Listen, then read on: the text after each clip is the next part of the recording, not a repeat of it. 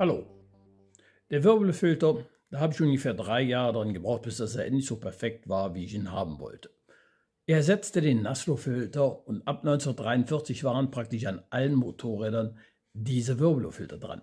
Auch weil sie eine Vorwärmung hatten für den Vergaser. Da wird die Ansaugluft vorgewärmt und das verhinderte ein Vereisen des Vergasers. Vereisen des Vergasers meistens nur zwischen 0 und 10 Grad und hohe Luftfeuchtigkeit. Dann vereiste so ein Vergaser. Ich werde euch jetzt das Teil mal vorstellen und im Genauen erklären, wie es funktioniert.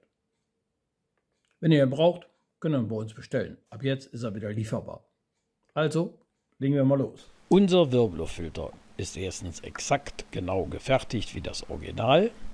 Er ist in Wehrmachtsbeige lackiert, denn er war ab 1943 an anderen Fahrzeugen und dann war er in Wehrmachtsbeige. Er hat die Beschriftung drauf, täglich entleeren. Tja, und er kann so angebaut werden, so wie er ist. Jetzt gehen wir mal ins Detail. Staubsammelbehälter täglich entleeren. Also meine Erfahrung ist so, einmal im Monat reicht. Wo wir in der Wüste damit gefahren sind, dann habe ich dann fast jeden dritten Tag mal leer gemacht. Das war aber auch nicht so überviel. Man öffnet einfach die Patronen, alle 3, und gibt sie aus. Ein bisschen Staub ist da überall drin. Wichtig ist, die Öffnungen müssen nach unten sein, damit der Staub auch rausfallen kann. Es gibt nämlich auch Filter für die KS600, der ist auf der rechten Seite. Da ist der Auslaufschlitz genau auf der anderen Seite. Wenn man diese also benutzt, das funktioniert nicht. Jetzt kommen wir einmal zu der anderen Seite. Hier ist der Zugang für die Auspuffgase. Es wird hier ein Ventil aufgesetzt, damit man im Sommer das schließen kann. Und das heißt, muss man nicht unbedingt, aber ist sinnvoll. Hier setzen wir das Ventil auf. So, und jetzt, das ist offen. Ja, und so ist geschlossen.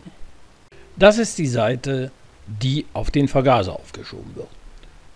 Sie hat eine Schelle, womit sie dann fest aufgespannt wird. Hier habe ich mal den Vergaseranschluss reingesetzt. Und sie hat eine Halsmutter.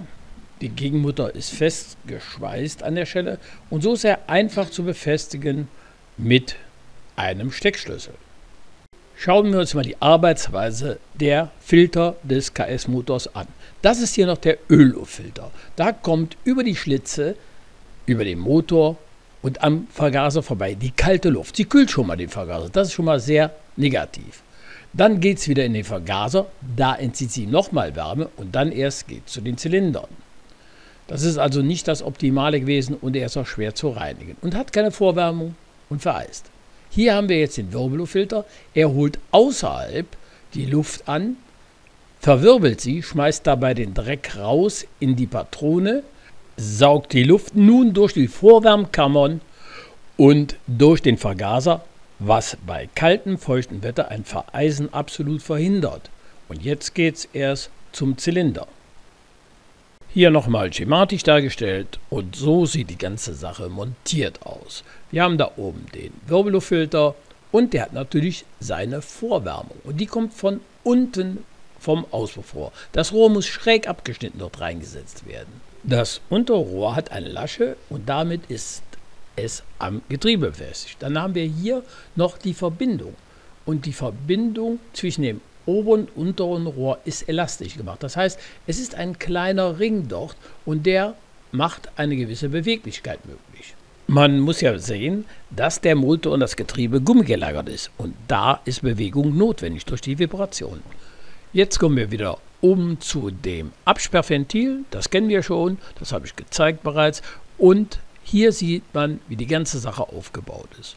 Die Auspuffgase kommen dann einfach durch das kleine Rohr unten heraus und enden so auf dem hinteren Kotflügel von innen. Das war jetzt so das Wichtigste. Jetzt noch ein paar Tipps. Zum Beispiel sollte man eins bedenken: Wenn der Motor nicht richtig läuft, dann kann es genauso sein, dass innen die Vorwärmung des Wirbelufttfilters durchgerostet ist. Das geht langsam, ein kleines Loch, und dann saugt er doch die Abgase an. Und man wundert sich dann, warum der Motor nicht vernünftig läuft. Man sucht nach Fehlern beim Vergaser, beim Zündmagnet.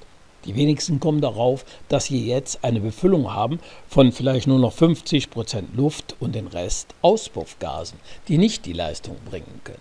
Immer dran denken, das ist ein Wegwerfartikel gewesen, das Teil. Irgendwann ist er durch und zu reparieren ist er recht schwer, denn man müsste ihn total auseinanderschneiden, um innen die Sache zu regeln. Und noch ein weiterer Tipp, niemals eine Abstützung des Wirbellufttfilters vornehmen. Der muss freischwingend aufgehangen bleiben, denn sonst gibt es einen Bruch, und zwar einen Bruch am Vergaser-Anschlussflansch zum Motor hin.